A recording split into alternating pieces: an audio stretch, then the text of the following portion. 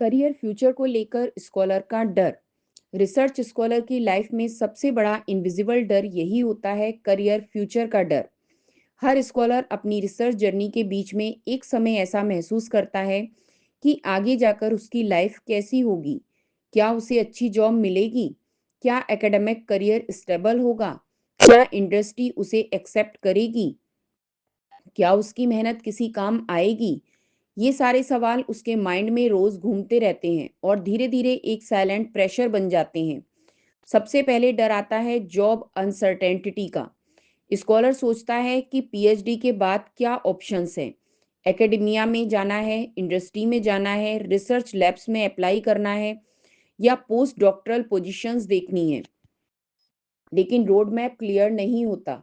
कोई ओपनली ये नहीं बताता कि किस फील्ड में कंपटीशन कितना है, किस स्किल की डिमांड है या किस डायरेक्शन में प्रोग्रेस पॉसिबल है। इसी अनसर्टेनिटी की वजह से स्कॉलर फ्यूचर को लेकर एंजियस होने लगता है। पीएचडी या एमटेक स्कॉलर को हमेशा लगता है कि कहीं उसकी रिसर्च नैरो ना हो जाए। वह सोचता है कि जो टॉपिक उसने चुना है, क्या इंडस्ट्री में उसकी वैल्यू है? क्या उसके एल्गोरिदम्स, मॉडल्स या एक्सपेरिमेंटल स्किल्स रियल वर्ल्ड में काम आएंगे? ये डाउट्स उसे अंदर से वीक कर देते हैं। स्कॉलर हमेशा इस कंफ्यूजन में रहता है कि क्या उसने राइट डायरेक्शन चूज की है या नहीं।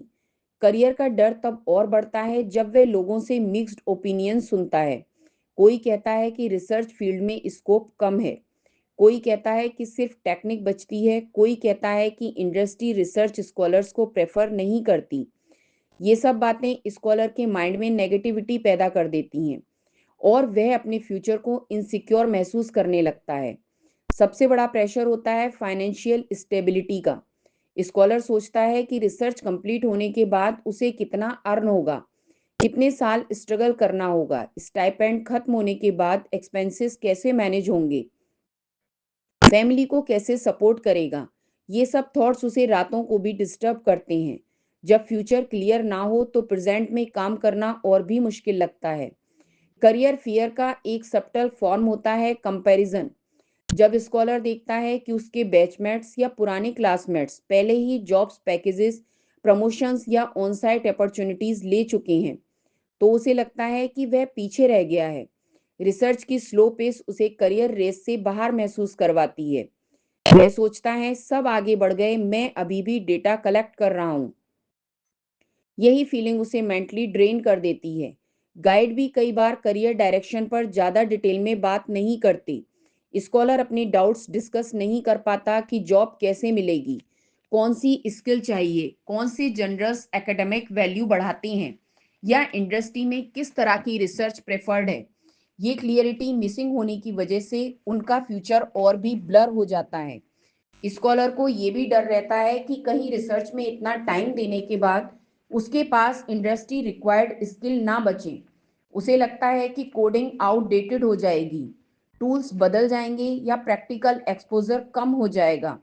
ये इनसिक्योरिटी उसे हर रोज फ्यूचर को लेकर अनइजी बनाए रखती है।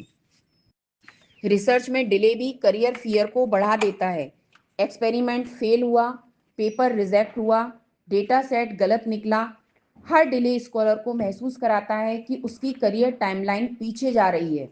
वह सोचता है कि अगर मेरी पीएचडी लेट हो गई तो मेरा पूरा करियर शिफ्ट हो जाएगा।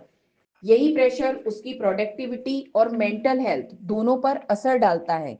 लेकिन इस पूरे कियास की रियल प्रॉब्लम कैपेबिलिटी नहीं होती, बल्कि करियर मैपिंग की कमी होती है।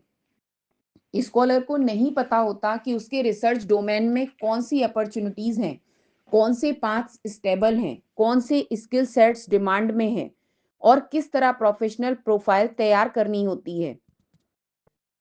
जब कोई मेंटर क्लैरिटी देता है, academic path, industry path, skill, publications, portfolio, conferences सब स्टेप बाय स्टेप समझाता है, तो स्कॉलर का करियर फियर धीरे धीरे कम हो जाता है।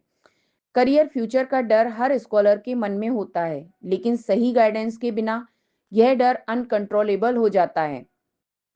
एक स्ट्रक्चर्ड मेंटोरिंग से स्कॉलर को पता चलता है कि कैसे रिसर्च को करियर स्ट्रेंथ में बदलना है और कैसे अपने फ्यूचर को कॉन्फिडेंटली शेप करना है। यही क्लैरिटी उसे रिसर्च भी कॉन्फिडेंटली दे करने देती है और फ्यूचर को लेकर स्टेबिलिटी भी देती है।